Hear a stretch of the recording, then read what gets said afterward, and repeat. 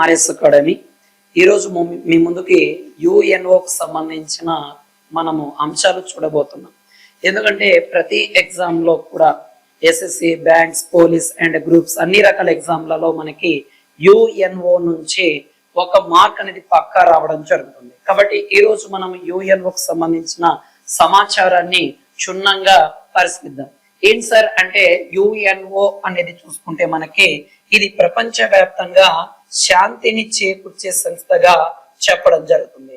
అంటే ప్రపంచవ్యాప్తంగా ఏదైతే మనకి శాంతిని చేకూర్చడానికి ఏర్పాటు చేసిన సంస్థ ఏదైతే ఉందో దాన్ని మనం ఏమంటాం సార్ అంటే యుఎన్ఓ అనే పేరుతో పిలవడం జరుగుతుంది. అయితే ఈ యుఎన్ఓ అనేది మనకి ఏర్పాటు అవ్వక ముందు ప్రపంచంలో కొన్ని రకాల ఈ అంశాలు అనేవి సంభవించడం జరిగింది.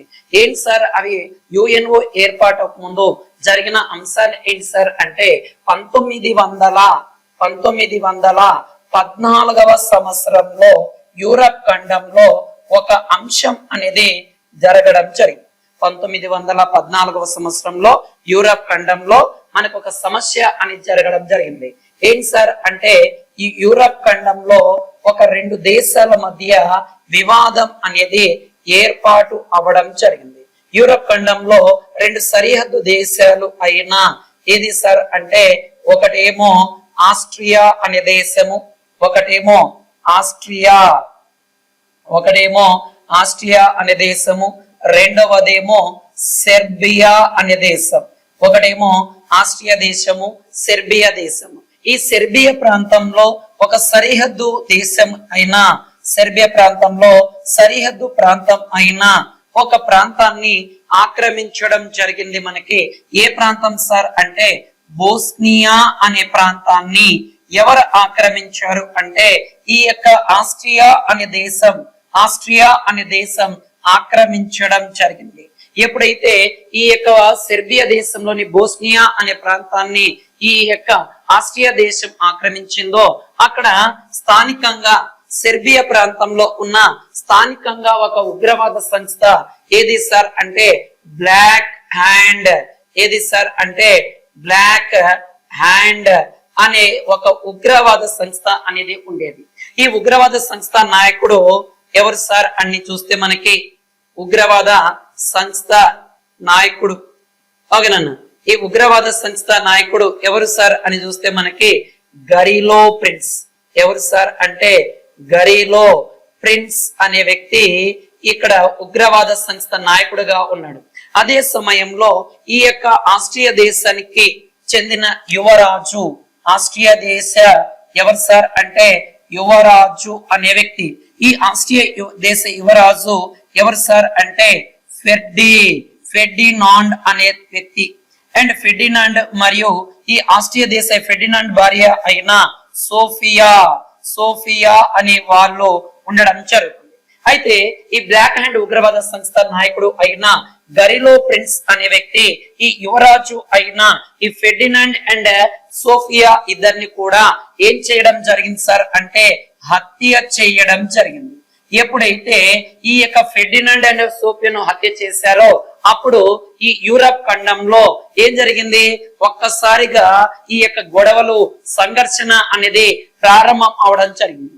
అందువలన 1914 జూన్ 28వ తారీఖున మొదటి ప్రపంచ యుద్ధం అనేది ప్రారంభం అవడం జరిగింది. అంటే ఫస్ట్ వరల్డ్ వార్ ఎందుకు స్టార్ట్ అయింది సార్ అంటే యూరప్ కాంటినెంట్ లో ఆస్ట్రియా అండ్ సెర్బియా ఈ సెర్బియాలోని బోస్నియా అనే ప్రాంతాన్ని ఆస్ట్రియా అనే దేశం ఆక్రమించడంతో ఆ సెర్బియా ప్రాంతాల్లో ఉగ్రవాద సంస్థ నాయకుడు అయిన బ్లాక్ హ్యాండ్ ఉగ్రవాద సంస్థ నాయకుడు అయిన ఈ గరిలో ప్రిన్స్ అనే వ్యక్తి ఈ యొక్క ఆస్ట్రియా యువరాజు అయిన ఫెర్డినాండ్ అండ్ సోఫియాల ఇద్దరిని కూడా హత్య చేయడంతో మొదటి ప్రపంచ యుద్ధం అనేది ప్రారంభం అవడం జరిగింది. అంటే ఫస్ట్ వరల్డ్ వార్ అనేది ఎప్పుడు స్టార్ట్ అయింది? ఫస్ట్ వరల్డ్ వార్ అనేది ఎప్పుడు స్టార్ట్ అయింది అని చూసుకుంటే మొదటి ప్రపంచ యుద్ధం అనేది మనకి 1914 జూన్ 1914 14 జూన్ 28వ తారీఖున మొదటి ప్రపంచ యుద్ధం అనేది ప్రారంభం అవ్వడం జరుగుతుంది. మొదటి ప్రపంచ యుద్ధం అనేది ప్రారంభం అవ్వడం జరుగుతుంది మనకి మొదటి ప్రపంచ యుద్ధం అనేది.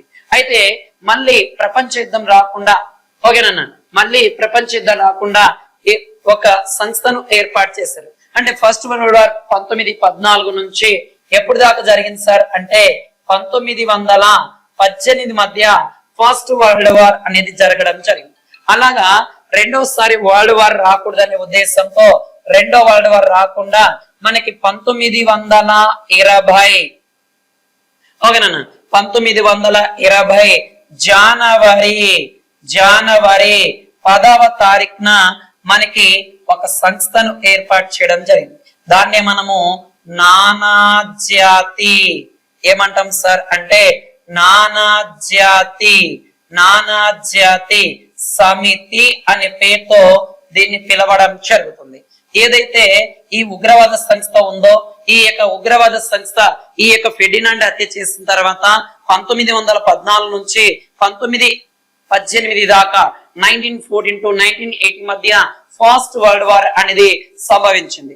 సెకండ్ వరల్డ్ వార్ రాకుండా 1920 జనవరి 10న ఒక నానాజాతి సమితి అనేది ఏర్పడింది. దాన్ని మనం ఏమంటాం సార్ అంటే లీగ్ ఆఫ్ నేషన్.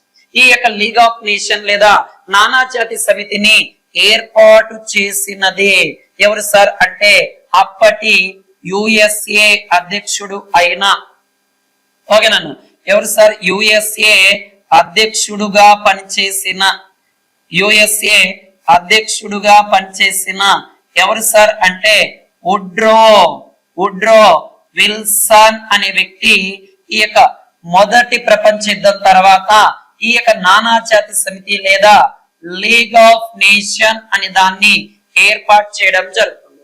ఈ లీగ్ ఆఫ్ నేషన్ ని ఏర్పాటు చేయడం జరుగుతుంది మనకి ఏదేనా. అయితే లీగ్ ఆఫ్ నేషన్ అనేది మనకి ఎప్పుడు ఏర్పాటైంది 1920 జనవరి 10వ తారీఖున ఏర్పాటు అవడం జరుగుతుంది. అయితే ఈ లీగ్ ఆఫ్ నేషన్ యొక్క హెడ్ క్వార్టర్ గా ఈ లీగ్ ఆఫ్ నేషన్ యొక్క ప్రధాన కార్యాలయం హెడ్ క్వార్టర్ ఎక్కడ ఏర్పాటు చేశారు సార్ అంటే జెనీవాలో ఏర్పాటు చేయడం జరుగుతుంది మనకి. అయితే దీనిని మొదటి ప్రపంచ యుద్ధంలో గెలుపొందిన దేశాలే దీన్ని ఏర్పాటు చేసే కాబట్టి ఈ లీగ్ ఆఫ్ నేషన్ ని ఏమని పిలుస్తారు సార్ అంటే విజేతల క్లబ్ అనే పేరుతో కూడా దీన్ని పిలవడం జరుగుతుంది. ఏమని పిలుస్తారు సార్ అంటే దీన్ని విజేతల క్లబ్ అనే పేరుతో కూడా అంటే విన్నర్ క్లబ్. ఎందుకంటే దీన్ని మొదటి ప్రపంచ యుద్ధంలో ఫస్ట్ వరల్డ్ వార్ లో ఎవరైతే ఓడిపోయారో ఆ సంస్థనే ఈ లీగ్ ఆఫ్ నేషన్ ని ఏర్పాటు చేయడం జరుగుతుంది మనకి ఏదేనా. అయితే మనకి ఈ యొక్క లీగ్ ఆఫ్ నేషన్ లో ప్రధానంగా 3 రకాల ఆర్గాన్స్ ఉంటాయి. 3 ఆర్గాన్స్ అనేవి ఉండడం జరుగుతుంది. ఈ యొక్క లీగ్ ఆఫ్ నేషన్ లో మనకి ఉన్న ఆ యొక్క ఆర్గాన్స్ ఏంటి అని చూస్తే లీగ్ ఆఫ్ నేషన్ లో ఉన్న ఆర్గాన్స్ లేదా సంస్థలు ఏంటి సార్ అని చూస్తే మనము ఏమేమి ఉన్నాయి సార్ అంటే ఒకటి అసెంబ్లీ అనేది ఉండడం జరుగుతుంది. One of the assembly league of nation 3 organisation one of the assembly. ఈ అసెంబ్లీలో ఏ దేశాలు ఉన్నాయి సార్ అంటే మనకి దీంట్లో సభ్యత్వం ఏ దేశాలు అయితే పొందు ఉన్నాయో ఆ దేశాలన్నీ సభ్యత్వంని కలిగి ఉండడం జరుగుతుంది. అండ్ రెండవది చూస్తే మనకి రెండవది ఏముంటుంది సార్ అంటే కౌన్సిల్ అనేది ఉండడం జరుగుతుంది. దీంట్లో సెకండ్ వన్ ఆర్గనైజేషన్ ఏం సార్ అంటే కౌన్సిల్ అనేది ఉండడం జరుగుతుంది. దీంట్లో ఏముంటుంది సార్ అంటే మనకి కౌన్సిల్ అనేది ఉండడం జరుగుతుంది.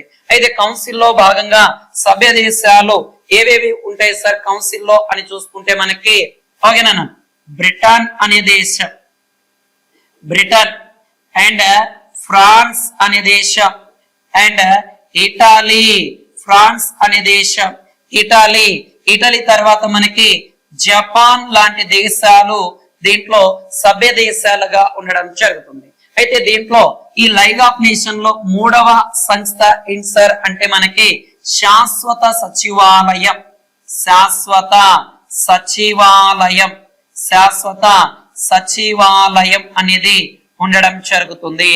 శాశ్వత సచివాలయం అంటే పర్మనెంట్ సెక్రటరియట్ అనే దాన్ని కూడా ఏర్పాటు అవ్వడం జరుగుతుంది మనకి.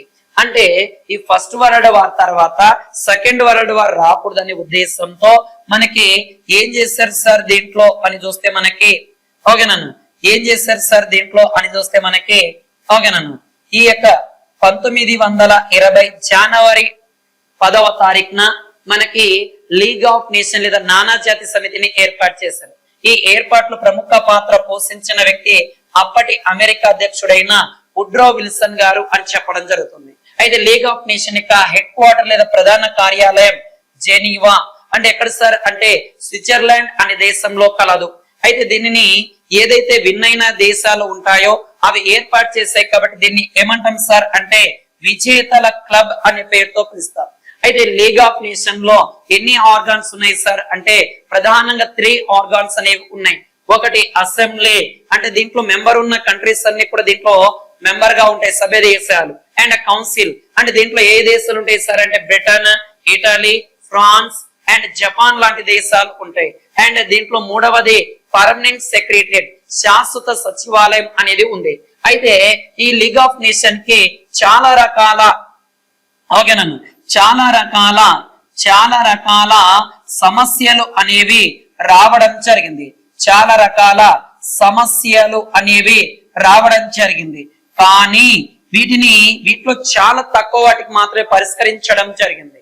అందులో దీనిని మొదటి ప్రపంచ యుద్ధంలో ఏ దేశాలైతే గెలుపొందాయో ఆ దేశాలు మాత్రమే దీన్ని ఎక్కువగా దీంట్లో ఉండడం వలన, అండ్ దీన్ని ఏర్పాటు చేసింది యుఎస్ఏ, కానీ దీంట్లో యుఎస్ఏ మెంబర్ లేకపోవడం వలన ఇది మొదటి ప్రపంచ యుద్ధం ప్రారంభం అవగానే 1939లో ఈ లీగ్ ఆఫ్ నేషన్ అనేది మనకి 1939లో లీగ్ ఆఫ్ నేషన్ అనేది రద్దవడం జరిగినది అని చెప్పడం జరుగుతుంది.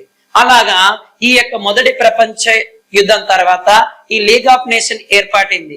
కానీ ఏమైంది సార్, ఈ లీగ్ ఆఫ్ నేషన్ అనేది ఫెయిల్యూర్ అవ్వడం జరిగింది. అందువలన రెండో ప్రపంచ యుద్ధం అనేది 1939లో ప్రారంభం అవడం జరిగింది. ఒకసారి రెండో ప్రపంచ యుద్ధం గురించి చూద్దాం. ఏంటి సార్ అంటే రెండవ ప్రపంచ యుద్ధం, రెండో ప్రపంచ యుద్ధం గురించి మనము చూడడం జరుగుతుంది. రెండవ ప్రపంచ యుద్ధం, ఈ రెండో ప్రపంచ యుద్ధం అనేది ఎప్పుడు స్టార్ట్ అయింది సార్ అని చూస్తే 1939న ప్రారంభమై 1945 మధ్య రెండో ప్రపంచ యుద్ధం అనేది ప్రారంభం అవడం జరగడం జరిగింది. అయితే రెండో ప్రపంచ యుద్ధం అనేది మనకి, ఓకేనా, ఈ రెండో ప్రపంచ యుద్ధం జరగడానికి రీజన్స్ అనేవి చూద్దాం. రెండో ప్రపంచ యుద్ధం జరగడానికి కారణాలు అనేవి చూద్దాం. ఎందుకు ఫస్ట్ ప్రపంచ యుద్ధం జరిగినప్పుడు ఎలాంటి రీజన్స్ ఉన్నాయి అంటే ఈ యొక్క ఫెర్డినాండ్ అండ్ సోఫియాల హత్య కారణంగా మొదటి ప్రపంచ యుద్ధం ప్రారంభమైంది. ఇప్పుడు మనము రెండో ప్రపంచ యుద్ధం జరగడానికి ప్రధాన కారణాలు ఏమిటి అనేది చూడడం జరుగుతుంది. అంటే రెండో ప్రపంచ యుద్ధం జరగడానికి ప్రధాన కారణం అప్పుడే 1929వ సంవత్సరంలో ప్రపంచవ్యాప్తంగా గొప్ప ఆర్థిక మాంద్యం సంభవించడం జరిగింది. ప్రపంచ వ్యాప్తంగా గొప్ప ఆర్థిక మాంద్యం అనేది సంభవించడం జరుగుతుంది. ఆర్థిక మాంద్యం అనేది సంభవించింది. అందువలన ఈ 1929లో గొప్ప ఆర్థిక మాంద్యం సంభవించడం వలన ఏమైంది, యూరప్ కాంటినెంట్ లో ఏదైతే యూరప్ కాంటినెంట్ ఉంటుందో ఇది ఇక్కడ నిరుద్యోగం అనేది పెరిగిపోవడం జరిగింది. నిరుద్యోగం, ఓకేనా, ఏం పెరిగిపోయింది సార్ అంటే నిరుద్యోగం అనేది పెరిగిపోవడం జరిగింది. ఎప్పుడైతే నిరుద్యోగం పెరిగిపోయిందో అక్కడ మనకి ఏమైంది, ఎకనామికల్ గా ఆ దేశం అనేది ఏమవుతుంది, ఆ ఖండం మొత్తం కూడా డిస్టర్బెన్స్ అనేది అవడం జరుగుతుంది. అదే సమయంలో 1933లో జర్మనీ దేశంలో ఏమొచ్చేది సార్ అంటే ఎన్నికలు రావడం జరిగింది. ఈ ఎన్నికలు వస్తే ఈ ఎన్నికల్లో గెలుపొందిన వ్యక్తి ఎవరు సార్ అంటే హిట్లర్ అనే వ్యక్తి ఈ 1933లో జరిగిన జర్మనీ ఎలక్షన్ లో ఈ హిట్లర్ అనే వ్యక్తి గెలుపొందడం జరిగింది. అలాగా ఈ హిట్లర్ అనే వ్యక్తి 1936వ సంవత్సరంలో హిట్లర్ ఏం చేశాడు సార్ అంటే ఫస్ట్ వరల్డ్ వార్ లో ఏ దేశాలు అయితే ఓడిపోయాయో ఫస్ట్ వరల్డ్ వార్ ఏదైతే ఉందో ఈ వరల్డ్ వార్ లో ఓడిపోయిన దేశాలన్నిటినీ ఒక గ్రూప్ గా ఏర్పాటు చేయడం జరిగింది. అంటే ఈ మొదటి ప్రపంచ యుద్ధంలో ఓడిపోయిన దేశాలన్నిటిని కలిపి ఒక గ్రూప్ గా ఏర్పాటు చేశాడు. ఏ గ్రూప్ గా ఏర్పాటు చేశారంటే ఫస్ట్ వరల్డ్ వార్ లో విడిపోయిన దేశాలన్నీ కలిసి ఓడిపోయిన దేశాల యొక్క రాజధానుల పేరు మీదుగా దీన్ని ఇది అనేది ఏర్పాటు చేశారు. అంటే దీన్ని ఏమని పేరు పెట్టడం జరిగింది సార్ అంటే కేంద్రక రాజ్యాల